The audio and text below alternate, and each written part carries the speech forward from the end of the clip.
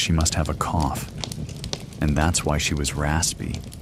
And that's why she don't come home early from work. So I went to took a nap, and then about an hour later, I got a phone call, and it was my mom. So I answered it, and she said, "Hey, what did you want to eat?" Because she had to stay late at work, and she was not going to go to cook dinner. And I realized that whoever it was in the kitchen early was not my mom. You know, that time right before sunset, when it's still light outside, but then inside your house is still dark. It was pitch black, and inside was an eerie silence. And I told my mom, "Please come home early," and I was like a teenager. But I was still a kid. I sat up in bed, and I was so afraid. I didn't want to move, because I didn't close the bedroom door. And now, I'm staring into the dark hallway, and the whole time thinking, you know who was that? Thankfully, my dad came home only 20 minutes later, and I asked everyone in the house, did anyone come home earlier? And no one said that they did. Just chalked it up to my imagination. But it left a nagging feeling that it was something more than that. About 6 months later, I just gotten back from a wrestling practice, and I was exhausted, so I dozed off to sleep, and usually I had a radio alarm clock next to me, and I was fall asleep listening to the radio. This time, I woke up suddenly and not knowing where I was. I woke up, but my eyes were still closed. I heard there's music playing from the radio, and I remember I left the radio on when I went to sleep. I realized I must be in bed, so I opened my eyes, and I could no longer hear the song, and I was staring at the ceiling, unable to move. So I yelled out, "Mama." I could only hear the sound in my head because my mouth wouldn't open. So I closed my eyes for a moment, and I heard the song. Song was on radio, so I knew that I was in bed. And also I know I was awake, but I could not move, so I opened my eyes, looked at the ceiling, and I could not move, and I couldn't hear the song anymore. So I kept doing that. I don't know how long. It felt very long. I felt my arms and my legs moving finally. So I was like, yes, I'm finally awake, and I was sleeping on the edge of the bed. So I thought, you know, if I turn over and I fell down, it hurts, but then I would wake up. So I try moving my arms and my legs over, and I turn over, and I felt my body falling, and I felt the thud as it hit the floor, and I felt the shock and the pain of it. I must be awake by now, so I opened my eyes, and I'm still back in bed looking at the ceiling. I tried again. I tried falling off the bed again, and it kept doing it, and I was stuck in a nightmare. But a few times, I finally woke up. When I woke up, I couldn't trust that I was really awake. I was sweating so much, and it was that cold sweat, and my shirt was damp with sweat, and my heart was racing. That was the first time that I truly felt afraid. Is fear being locked inside your own body? Shortly after that, I had my first vivid or lucid dream. In my dream, I was at home, but nobody else was there, and the layout of the apartment I was in the dream, it was the same layout, but the furniture was different. It was older, it was dustier. I walked out from my bedroom to the hallway, and there was a fallen mirror there, with a diagonal crack on it. I walked in front of it, and I saw the reflection of a little Caucasian boy with a bowl-cut blonde hair and blue eyes. I said to myself, this isn't real. I must be dreaming. I woke up, and it was the first time that I realized I could tell that when I'm in a dream or not. And it was one of those weird dreams. The next time I had another weird dream.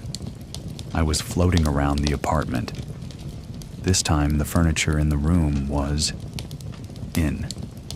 The house was also different than the previous dream. I was floating around. I wasn't walking. I went through the kitchen. I went through the sliding door in the kitchen to the backyard, and immediately I came face to face with a darker-skinned Hispanic and Native American man. No, he didn't look scary or anything. But he said, "What are you doing in my house?" And they're very confused with a very loud voice, like I could hear in my head. I was shocked, I could hear him, and I could see his face. And I woke up sweating again. And I was like, okay, maybe I was a spirit back in the day or something. It felt like that. Everything that has happened so far. It was all in my dreams. So I just thought again, and I wanted to have a very active imagination. It's just, silly dreams. And then a few months later, one night I was taking a shower, and then I felt someone watching me.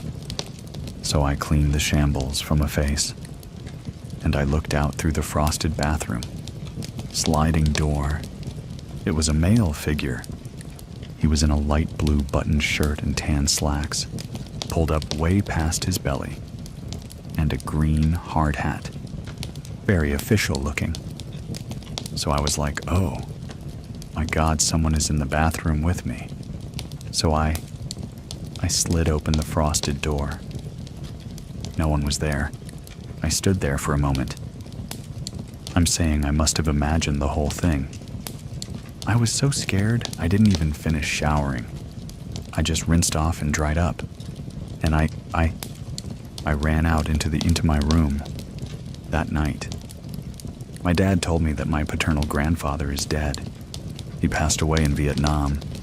At that time, I turned on Yahoo Messenger to communicate with the family in Vietnam, find out what happened, and then, a few days later, we watched the funeral procession on the internet. A few weeks later, we got a DVD from Vietnam, from the funeral, and we all watched it. And at the end of the video, there was a slideshow showing all the photos of my grandfather. During the slideshow, a picture popped up, and I had to pause the DVD because it was a picture of him in his youth. Volunteer uniform, light blue button shirt, tan slacks, and a green wide jungle hat. I couldn't believe it. My whole family is Catholic, but they do not believe in ghosts or demons or anything, because it's the house of God, and God wouldn't let any supernatural things happening. Just talking about it was not looked favorably upon. So I calculated what time that I saw that figure, and it was a few minutes after he passed in Vietnam. The following year, we moved to a different apartment. And the thing about Orange County, California is, it's home to the largest concentration of Vietnamese immigrants, and there have been a few generations that have been here before the 70s, before the end of the war. So we were excited to move to a new, more spacious 2-story apartment. At that time, I was going off to college, but I stayed home to save money. That's when the sleep paralysis escalated. I started seeing figures. I felt the bed move during the sleep paralysis episode. The stereotypical Pac-Man staring at me. They had women straddling me while I'm in the sleep paralysis and looking at me. One time, I was sleeping in the living room on the couch, and I had sleep paralysis, and I heard someone walking up the stairs. So it was a 2-story apartment.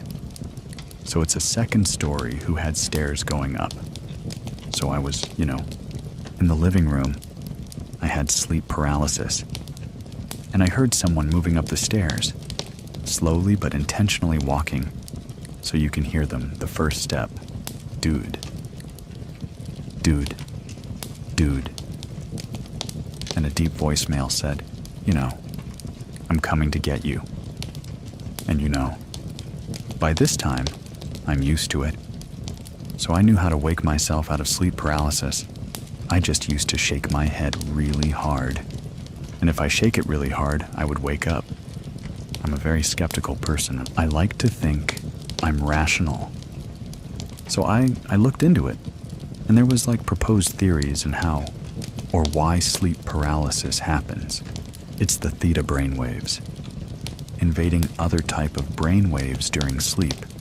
And normally your body is paralyzed, so you don't act out your dreams. So sometimes you wake up and your mind is woken up, but your body hasn't woken up with it. So you're still paralyzed. And I rationalized it as it's just something that happened. It's a physiological phenomenon.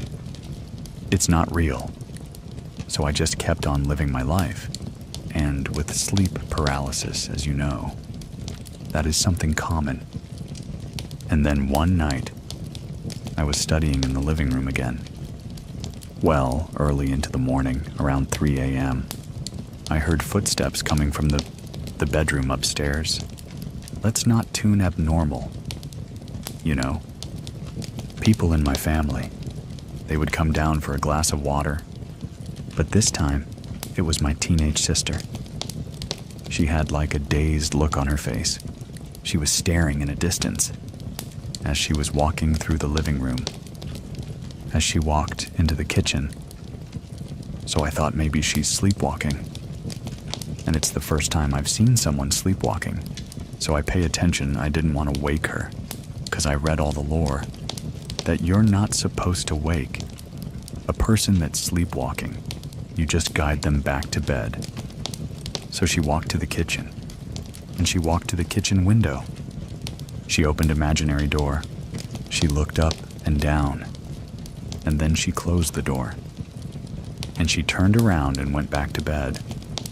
So a few weeks later, I found out, incidentally, from the landlord that the tenant before last, they had a brown fridge next to the kitchen window. The pictures he took before they moved out. Because before people move out back then, they just came in and took pictures to see if there's any damage. He dug it up, he showed me. And there was a fridge, exactly where my sister was, pretending to open the door. And I couldn't believe it, because it was exactly where she was at, in front of the kitchen window. But again, I wasn't allowed to talk about any of this in my house. So I explained it away as a coincidence. I just brushed it off. It's early morning. I went down to the kitchen again to get water. As I turned a corner into the kitchen, I saw someone sitting there in the dark, at the kitchen table, and the figure looked like my dad. I was like, "Hey, Dad, what are you doing awake?" He didn't answer me. "Oh yeah, I got some water," went back up, and the door to my parents' bedroom was open. I was drinking water, and I looked in, and I saw my parents sleeping in there, so I stopped. I turned on the light, and I ran downstairs. Of course there was nobody there. Another late-night study, and I was laying on the sofa with a laptop on my chest, after an hour in that position. And my back was hurting a little bit, so I set up to put my laptop on the coffee table, and just before I put it down, the table slipped like a good foot away from me. And the coffee table it was not too heavy, but it was heavy. I just held a laptop in my hands, and I was like, I froze. I'm trying to process what happened. In California, earthquakes aren't that uncommon. So I explained it away as an earthquake, But I knew that it was an earthquake. The whole apartment, everything would be shaken and moved, and not just one coffee table. So now I'm 2 years into college. We welcome into addition to our house. My baby sister was born. She was the joy of our lives, and I love taking care of her and spending time with her. When she was 2, I was taking care of her one morning, and we were alone in the 2-story apartment.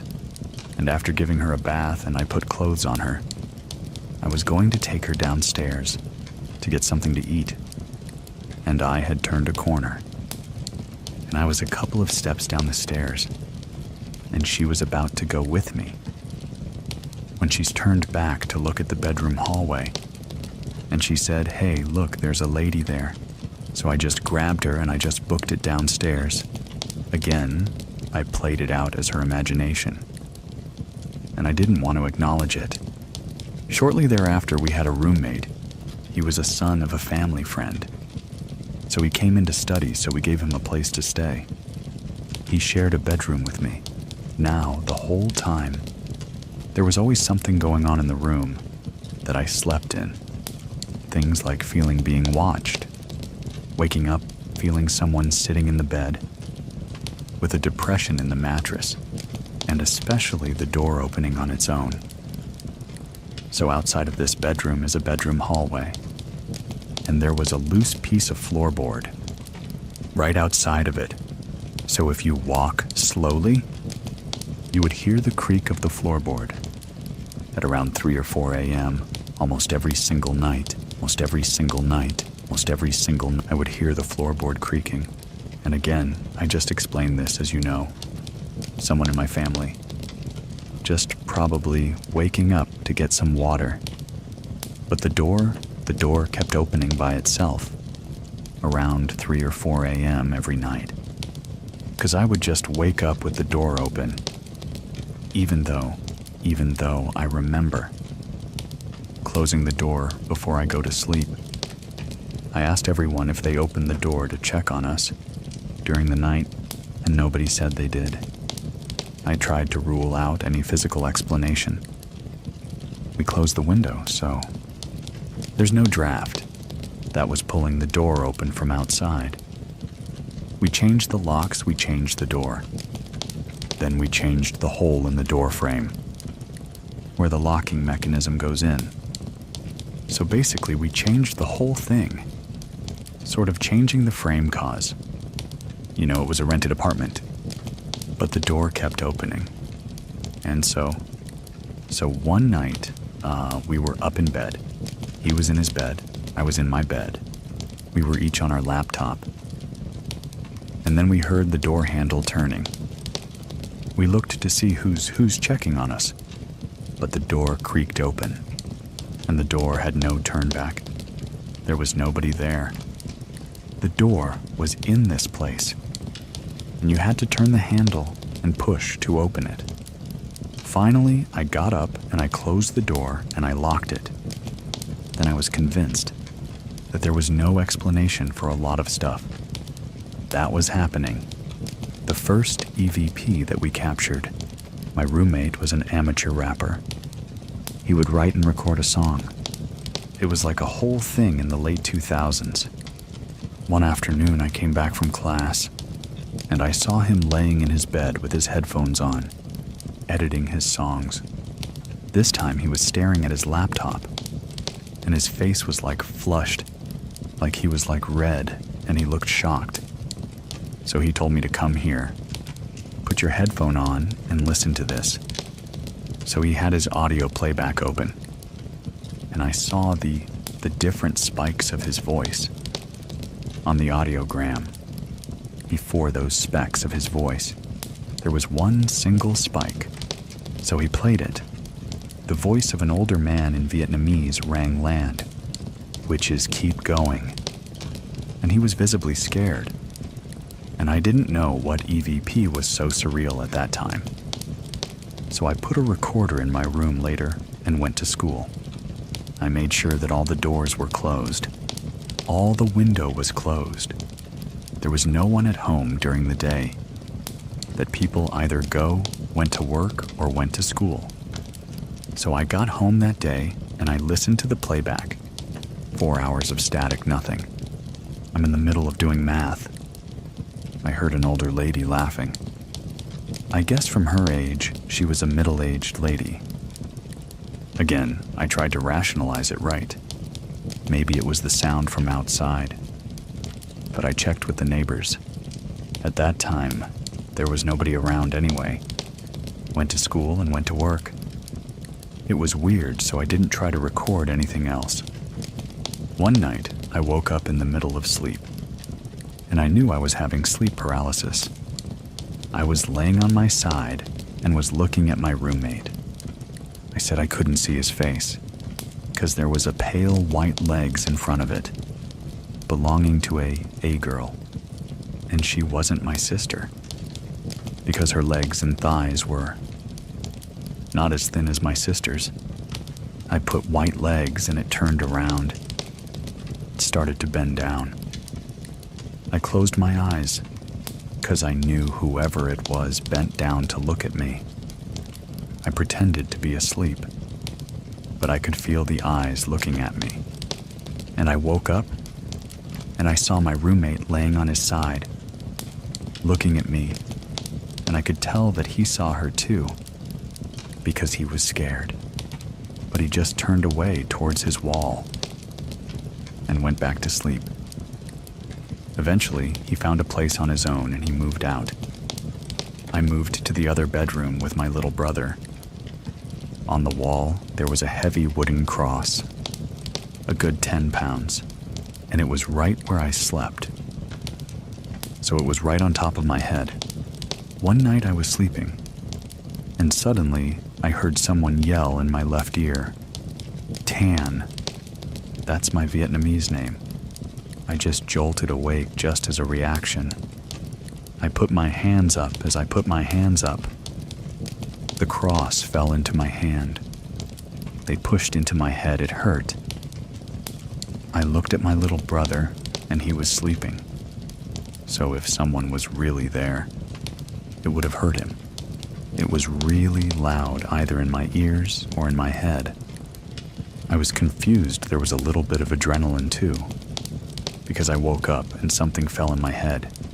I put a cross on the table and put a pillow over my head and went back to sleep and try not to think about what happened. In Ikibindokus, we, the whole family, went back to Vietnam to visit our relatives for the first time. It's been like almost 10 years now. They always had a little vacation. I went to the Buddhist temple, where my grandfather's ashes were kept. It was in this little room, where all the other ashes were stored, with a picture of decased in front of it. There was a little ceremony, and it was very solemn atmosphere. And even though I was not a Buddhist, I put my hand together, and I listened as everyone else prayed. I was in the first row, and then suddenly I felt numb, like I was in sleep paralysis. But then while I was awake, I was unable to move, and I felt I was trapped in my own mind and in my own body. My eyes became blurry, and I saw a figure in the tan slacks and the blue shirt and the green hat again. He was standing where my grandfather was standing, and I couldn't see his face, but I saw his outline. I was shocked and emotional. I snapped out of it. I couldn't see him anymore. I turned over to my uncle that was standing next to me, and I said, "Hey, I see Grandpa." And he just nodded. It was more natural to accept the paranormal in Buddhism. At that time, I felt relieved, glad that I saw my grandfather one last time. So I thought at the time. We stayed in Vietnam for a few more days.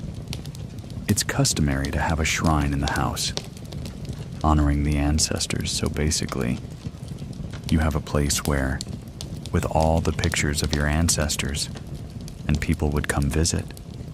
and reminisce about the family members. The shrine was on the 4th floor.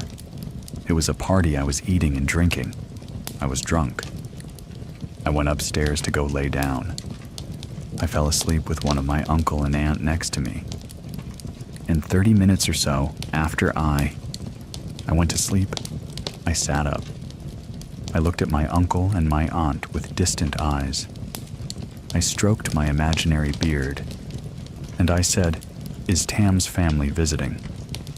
Time is my dad's name, and I continue to say things that I couldn't have known about. Other family members, they called my dad up.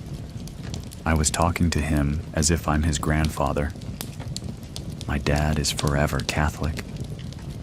But he went upstairs to the altar, and he lit an incense offering for the ancestors. Shortly after that, I fell back to sleep.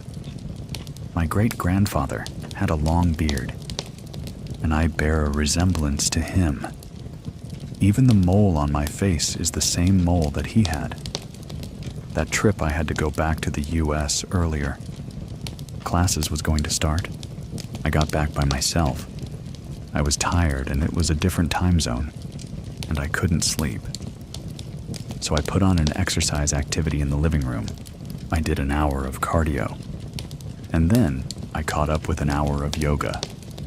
And at the end of the yoga session, there was a little meditation.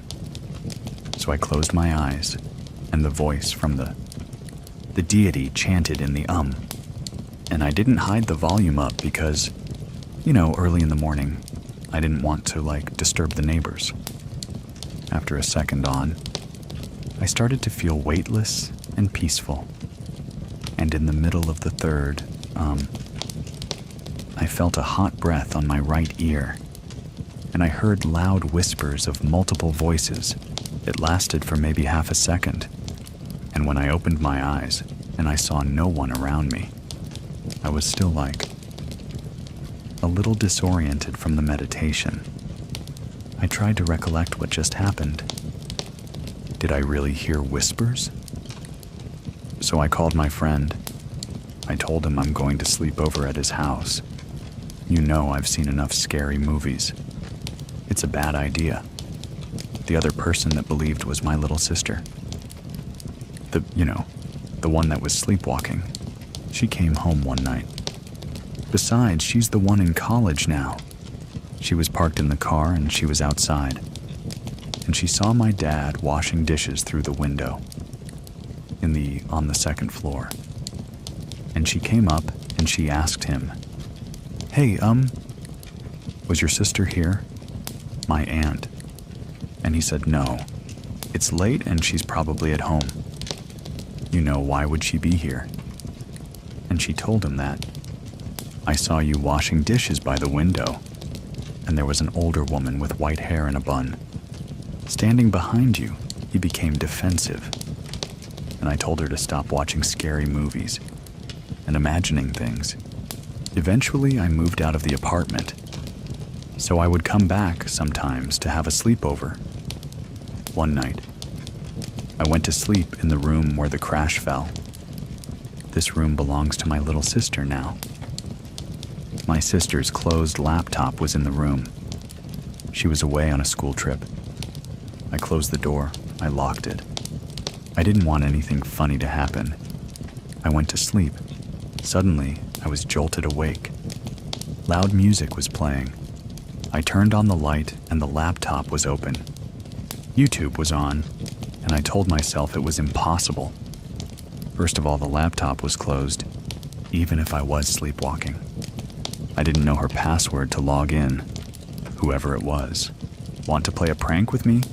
Or wants to know that, hey, welcome back. Eventually we moved out. I found out that it was not the apartment. It was me. So I moved on to professional school in another country. But my first day there, I was so tired. I just crashed on the bed. I didn't care if the bed was dirty or not. I just crashed. I was so exhausted. I opened my eyes to another sleep paralysis episode. I couldn't move. and I heard the door creaking open. It was an Asian woman. She was wearing those Chinese flowery pajamas, and she was young with a bowl-cut hair. She floated around my luggage. She went around it. Then she straddled me to put her legs on top of me. And she looked at me. We were having a staring contest. Her face was pale white. She didn't look evil. She was more like mischievous. She smiled at me.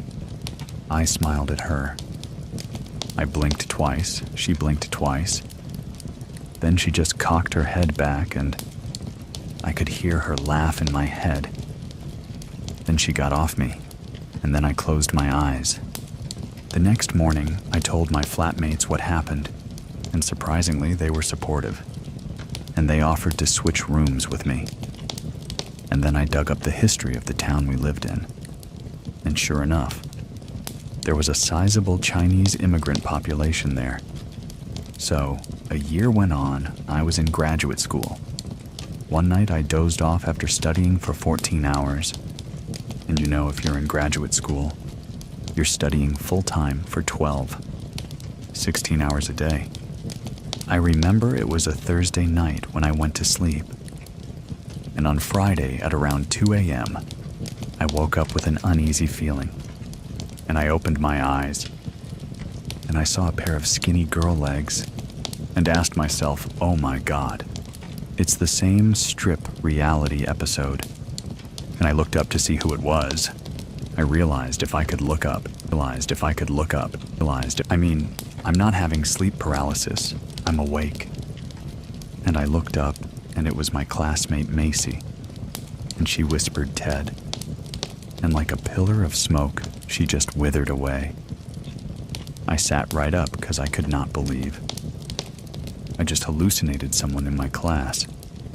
So I went out for a drink of water to calm my nerves.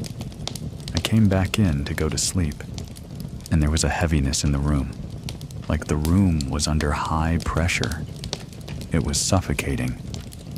So I turned on the fan and I opened the balcony door. I felt the same heaviness in the room. I just got up to the living room to study, and by 9, I was exhausted, because I would have been up 28 hours already. My cell phone rang, and it was my other friend. Jenny told me that her roommate, Macy, passed away in her sleep. Macy passed at around 1 a.m., and I saw her at 2. I can still see her in my head. A couple weeks later, I had another lucid dream. I was driving a bus, with all of my extended family in the back. So I parked the bus at a roadside shack, and I told everyone, hey, wait here. I went to check out the location of this shack right. I stepped off the bus into the muddy ground. I felt the cold, dirty mud splash above my legs. I was wearing shorts for some reason. So I walked into the building. Behind the shack, there was a courtyard, and there was a couple rows of benches, and a few old Asian men were sitting there. I recognized the old man in the tan slacks, and the green hat. It was my grandfather. I also recognized my great-grandfather, the old man with the long beard, and in front of them there was like a shimmering, clear, invisible wall of force fields, like it was shimmering. So I walked close to this barrier, and I pushed on it, and I felt the sting in my hand like a needle jab. But at the same time as I pushed on it, I felt it pulling me in, and I asked my grandfather that, hey, what are you doing here? You're dead. Hatches laughed, and the rest of them laughed too. Slowly, the benches with them started retreating back into the distance. I woke up from this dream, and I was crying, and I realized that was my grandfather saying goodbye, and I haven't seen my grandfather since. After that, I got married. We moved into a house, and we had a son. My 2-year-old toddler slept over at my mom's place, and he said he wouldn't go downstairs. because great-grandfather was there. As for sure, I haven't told him about anything like that. I haven't told him about his grandfather or great-grandfather. Around this time, he started having an imaginary friend, like all toddlers do, but they would only play at 3 or 4 in the morning. That worried my wife a little bit because, he need to go to sleep. So one time at 7 p.m., and I was washing dishes in the kitchen. I heard feet running, and it was okay. My little partner. Why is he awake? Out of the hallway into the kitchen, a Caucasian white boy with bowl-cut hair and blue eyes. You remember this boy from the mirror. He ran out of the bedroom into the wall, and then my little toddler came out after him. I took a moment to collect myself and wanted to see what happened. The activities continued. At this time, we had another baby, 2 boys. I was holding a baby in the living room, and putting him to sleep, I was holding him. I was sitting in my chair in the living room, and the house was dark. There was a light that came through the window, probably from a passing car or so. In the living room, there's this liquor cabinet. The light shone into the liquor cabinet.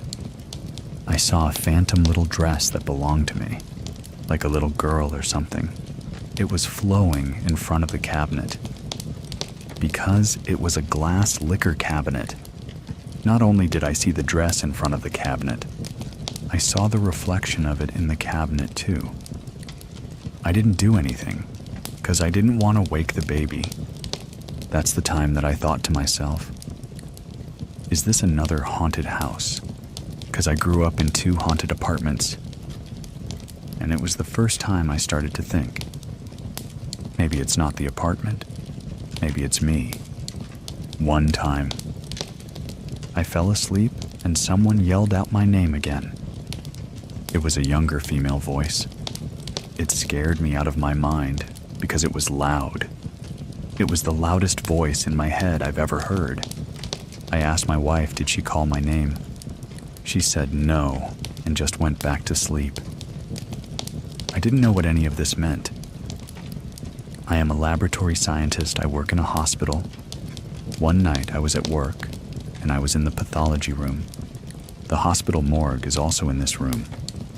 I was cutting a piece of tissue for testing. I was concentrating on my work. Behind me was a cupboard. Suddenly, a few plastic fly holders and clamps came flying out of the cabinet, across the room and hit the other side. It hit the wall. It didn't fall, it flew out of there. Violently flew out of there. But no, I was in the middle of cutting. I was in the sterile field. So, I couldn't leave, so I just said out loud, "You know I'm working here. Leave me alone." I finished up as quickly as I could, and I ran out of there. One night I have a checklist in my head of what I needed to do. So I'm totally in the zone going on to the next task. I opened the refrigerator with the glass door to retrieve a unit of blood. I got it, and I swung the door closed. In the reflection in the corner of the room, there was a shadow figure. It is solid black, wearing black scrubs, sitting on the counter in the corner behind me, crossing his arms and looking down. His whole body was black. I didn't process what I saw until a couple seconds later. I turned around, and there was no one in there. I was the only person there. I just dropped everything. I just ran outside. I tell my coworker what just happened. Before this, I would just see the phantom lab coat swinging in my career for vision, or occasionally I heard the disembodied voices or someone calling my name. But this is the first time that I saw the shadow figure. Usually when I do something tedious, I would have my headphones on. I would listen to music or podcast. I took my headphone out, went to the bathroom. I put it on the keyboard. I came back to the bathroom and I looked for my headphones. It wasn't there, and I looked all over. I turned the keyboard upside down. I looked in the drawer, I looked on the floor. Did I drop it? I asked my other coworker in the room if she was playing with me, and she hid my headphone. She said no, she was in her corner, so she went out, and I just spoke out loud. You know, I said, hey, can you not mess with me? I'm at work, and return my headphone. I got out of the room, so both of us went out. I went to get some water too. 3 minutes later, I came back and the headphones was on the keyboard, exactly where I left it. And remember, I turned the keyboard upside down to look for it. I've had this recurring dream, where I was in the Vietnamese countryside. I was in one of the villages, in the kitchen. It was not a modern kitchen that we used to. It was a shack kitchen. There's a kitchen in the shack, basically. And it was a wood fire in the kitchen. I would dream I would help out with the cooking, stoking the fire, butchering the meat. And I remember reaching into the crevice. On the side of the stove, I can still see it. It was a darkened, half-burnt piece of wood with a fault crack at a handle. So at the handle, there's a crack, just to move the firewood around. And we wake up and not think too much about it. It's just another recurring dream. So it went to one of my trips back to Vietnam. That's one time we went to an ancestral home of a distant branch of my family. It was in the countryside, and it was a bit of a drive outside the city. It's a big property. I got to the kitchen, and it was the same shack kitchen. I had a surreal moment. I just stopped there, and I looked around. It was the exact same layout. The shelf was exactly the same. I felt a little lightheaded, and my arms and legs were weak, 'cause could not believe that I saw this in my dream. Dejero is when you had a feeling that you've done this before, but I knew exactly what this was. I know the kitchen. I went to the stove. I bent down, I stuck my hand in the crevice. I pulled out the same half-burnt stick with a fork, crack at the handle. This was not a coincidence. I didn't share this with the rest of the family for no. Nobody believed. Another dream I had. My routine was, I would jog in the morning. One time, I woke up to find one of my uncles standing next to me and put his hand on my chest and tell me to stay home.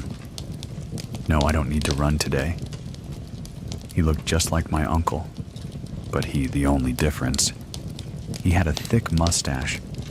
It didn't make sense if he was living in Vietnam. Why would he be here in the US with me? I called and I talked to my aunt's uncle in Vietnam. I found out that my uncle was the youngest in the family. My grandma had a miscarriage after having him, and it was a boy. My aunt told me that it could have been him. The uncle that my grandma had had a miscarriage, and then a few months later, someone in my neighborhood was taking her dogs out for a jog. She was run over by a car whose driver ran a stop sign. I wanted to make the connection, but the timing of the day was off. I drop in the morning. This accident happened in the afternoon. Later, I realized that if I was destined to get run over that morning, but stay in bed instead, then maybe no one else had to take my place, and there would be no accident at all. But yeah, that's conjecture. I dreamed about a family of 4, playing on the side of a house. It was a Caucasian family. There was a green convertible. Personal driving, it was one of those old car AGTO, and they were writing their initials in the year, in the wet concrete on the side of the house. I didn't see what they were writing, but I know that's what they were doing. What else would you write in concrete? and it was a recurring dream. I didn't pay much attention to it, because it's just a dream. Sometime later in real life, we were looking to buy a house, and the housing market in 21 was very bad. Then one afternoon, after putting our names down at 2 different houses, with very low hope, we went back home. And on the way, we had passed by this house with an open house sign, and I told my wife, you know what? Let's just go in, let's try our luck. Went into the house, and I went out by myself. And I got to the side of the house, and just like when I was in that kitchen, I stopped. I was shaking.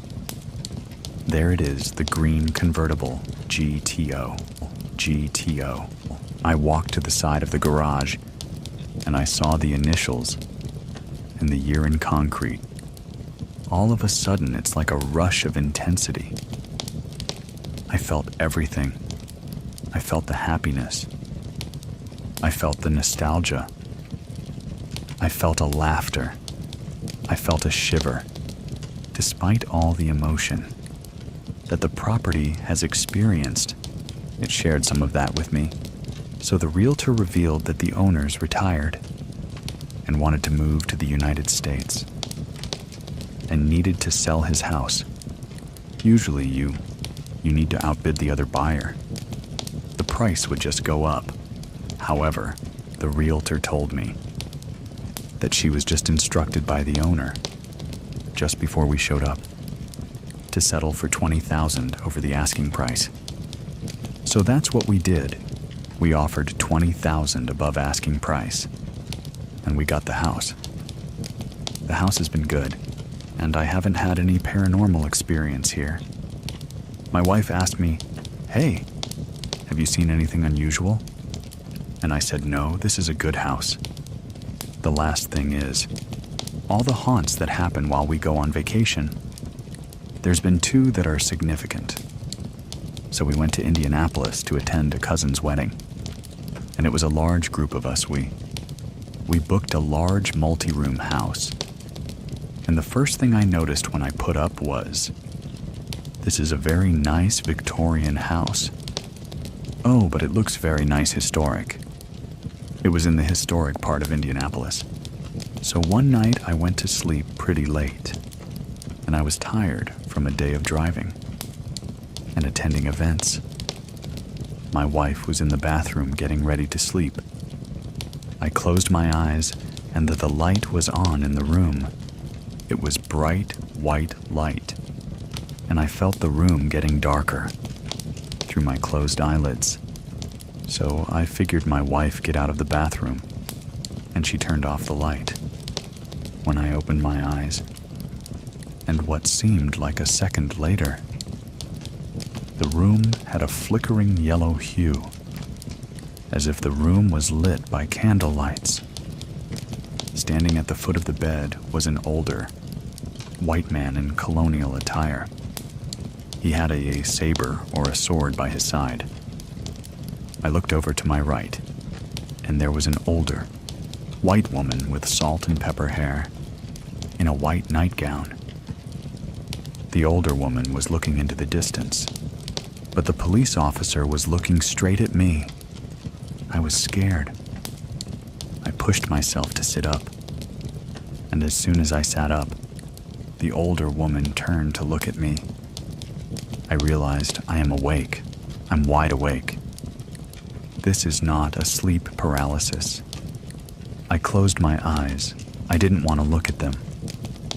I saw myself standing on the sidewalk at an intersection. I looked up and saw the signs for the cross street. Pennsylvania and 22nd. A sedan was speeding in its cross intersection, but it hit a pedestrian. The pedestrian's face zoomed into mine, and I saw her face. It was an older black woman with short, buzz-cut hair, and then a name appeared in my head. Wendy. That's when I opened my eyes and I yelled out help. My wife came out of the bathroom, and she asked what happened. I told her what I've seen, and she said, Let's just go to sleep. I was very unnerved by what I saw.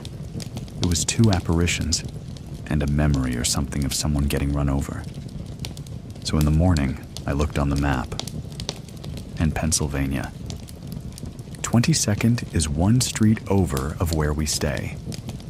We stay on the 21st in Pennsylvania. I rationalized that. I must have seen Pennsylvania and 22nd on the map while I was driving, and I must have incorporated that location into what I saw. But I had no explanation for the colonial officer and the woman. I had no explanation for the name Wendy. I Googled car accident in Wendy and that location, but nothing came up. I couldn't explain it. A couple nights later, I sat in the kitchen to talk to one of the uncles.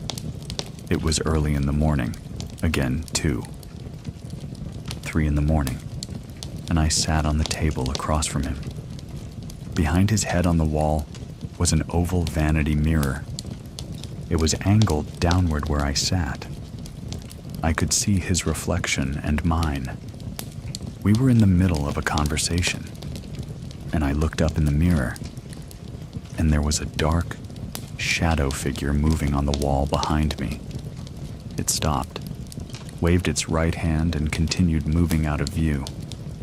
I turned around right away, and of course there was nothing there. I didn't tell anyone until we got home, and I told my wife. The last thing that happened was in Chicago, Illinois.